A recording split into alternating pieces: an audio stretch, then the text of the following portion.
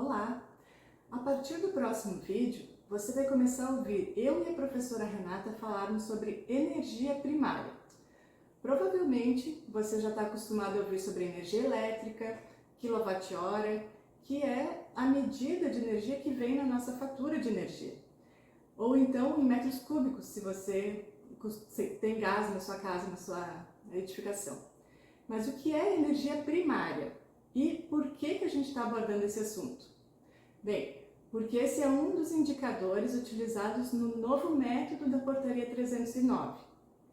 Com as avaliações, a gente vai ter as estimativas do consumo total da edificação e de cada sistema individual, que vão ser dados em energia elétrica, em energia térmica, caso existente, e em energia primária. Bom, então, a energia primária é uma forma de energia disponível na natureza que ainda não passou por nenhum processo de conversão ou de transformação. Ou seja, é a energia contida nos combustíveis ainda brutos, que podem ser provenientes de fontes renováveis ou de fontes não renováveis. Então, como exemplo de energias primárias renováveis, a gente tem o sol, a água, tanto na forma hídrica quanto das marés, o vento, entre outras. E como exemplo das fontes não renováveis, a gente pode citar o carvão, o petróleo e o gás natural. Então, se essa fonte não for utilizada diretamente, ela pode ser transformada em fontes de energia secundárias, como a eletricidade, o calor e a gasolina, e aí sim ser utilizada nas edificações, nas indústrias, nos transportes, certo? Entendi, tá bom. Mas por que usar o conceito de energia primária no balanço energético de uma edificação? O que vocês acham? Eu vou destacar aqui pelo menos duas grandes vantagens. Então, a primeira é que a definição de energia primária, ela diferencia entre sistemas de geração elétrica diferente, contabilizando toda a energia utilizada no processo de geração e transmissão dos diferentes sistemas de geração até chegar no edifício. Então, por exemplo, a geração proveniente das hidrelétricas, ela apresenta um caminho até chegar na nossa cidade, até chegar nas nossas residências. Já a geração por meio do carvão apresenta outro caminho. São outras perdas no sistema, outras taxas de emissões poluentes, certo? Então essa é a primeira vantagem. A segunda é que a gente pode somar energias de fontes diferentes. Então, por exemplo, em uma residência, a maioria dos nossos usos são elétricos, mas a gente pode ter, por exemplo, aquecimento de água a gás. Como eu somo o consumo da eletricidade em quilowatt-hora com o consumo do gás em metros cúbicos, para somar eu preciso ter unidades iguais. E isso eu consigo dando um passinho atrás, vendo qual é a fonte primária que gerou aquela energia e qual o caminho que ela percorreu até chegar na nossa residência. A quantificação desse caminho é chamada de fator de conversão. E os fatores de conversão de eletricidade e de gás em energia primária, para serem utilizados aqui na avaliação das edificações, foram publicados nesse relatório aqui, que está disponível tanto no site do PBE Edifica, quanto no material complementar aqui do nosso curso.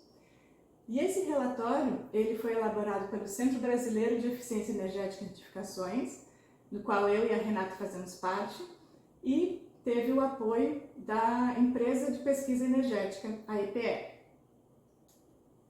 Então, quais são esses fatores de conversão, Os fatores atuais, eles são, e que a gente vai utilizar nesse curso, eles são de 1,6 para a eletricidade e 1,1 para o gás. Então, ou seja, os consumos de energia elétrica vão ser multiplicados por 1,6 e caso haja aquecimento de água ou outro uso de gás na edificação, o consumo do gás será multiplicado por 1,1. Aí a gente vai ter ambos em energia primária e conseguimos somar para saber qual é o consumo total da edificação em energia primária.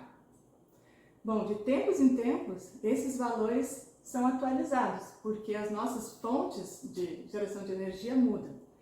E o relatório fala que a atualização vai ser a cada 5 anos. Então, como esse relatório é de 2020, esses vão ser os valores que a gente vai utilizar nesse curso e que vão estar vigentes por mais ou menos uns 2 anos ainda. E depois a gente tem que ficar atento, porque pode haver uma revisão do relatório e uma revisão dos valores. Esse mesmo relatório traz os fatores de emissão de CO2 de diferentes combustíveis. E essa é uma novidade bem legal introduzida pelo método, que inclui a possibilidade de a gente analisar a edificação que a gente está avaliando, né, para ver se ela emite mais ou menos poluentes que uma edificação de referência. E é claro que a gente quer que ela reduza as emissões, né, emita menos do que aquela nossa edificação de referência. Então, nessa primeira tabela aqui, a gente vê os fatores de emissão para a queima de combustíveis. Então, aqui a gente tem para a queima do gás natural, do óleo diesel, da gasolina, por exemplo, respectivamente os seus fatores de emissão. E nessa segunda tabela, a gente tem as emissões de CO2 para a geração de eletricidade. E aqui a gente tem uma diferenciação em relação ao local onde essa energia elétrica é produzida. A maior parte do território brasileiro tem o seu fornecimento de eletricidade proveniente do Sistema Interligado Nacional, o SIN, né, que chama SIN. Mas existem algumas outras localidades, em locais mais remotos, como em algumas cidades dos estados da região norte, na ilha de Fernando de Noronha, ou em algumas cidades no norte do Mato Grosso, que são abastecidos por sistemas isolados, que são chamados os SIs. Eles não são interligados às principais redes de eletricidade do Brasil. E nesses locais, a eletricidade é fornecida principalmente por gerador movido a diesel. Então, por isso que esses sistemas têm emissões muito superiores ao do Sistema Interligado Nacional. Então, sobre energia primária era isso. No decorrer desse curso, a gente vai fazer vários cálculos mostrando o passo a passo, né, de como utilizar esses fatores de conversão, utilizar os fatores de emissão e como transformar a energia elétrica e térmica em energia primária.